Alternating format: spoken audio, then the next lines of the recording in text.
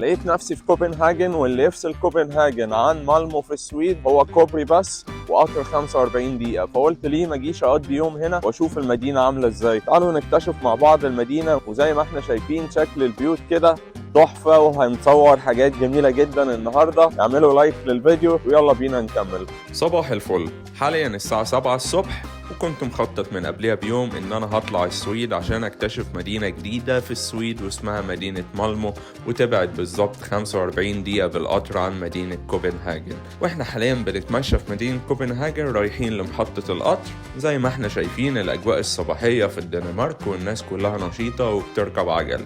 وحجزت تذكرة القطر، سعر التذكرة 26 يورو ذهاب وعودة. وزي ما احنا شايفين الاجواء داخل القطر نظافة وراحة، مفيش بعد كده كأنك راكب طيارة بالظبط. يلا بينا عشان نكتشف مدينة مالمو بالسويد عاملة ازاي.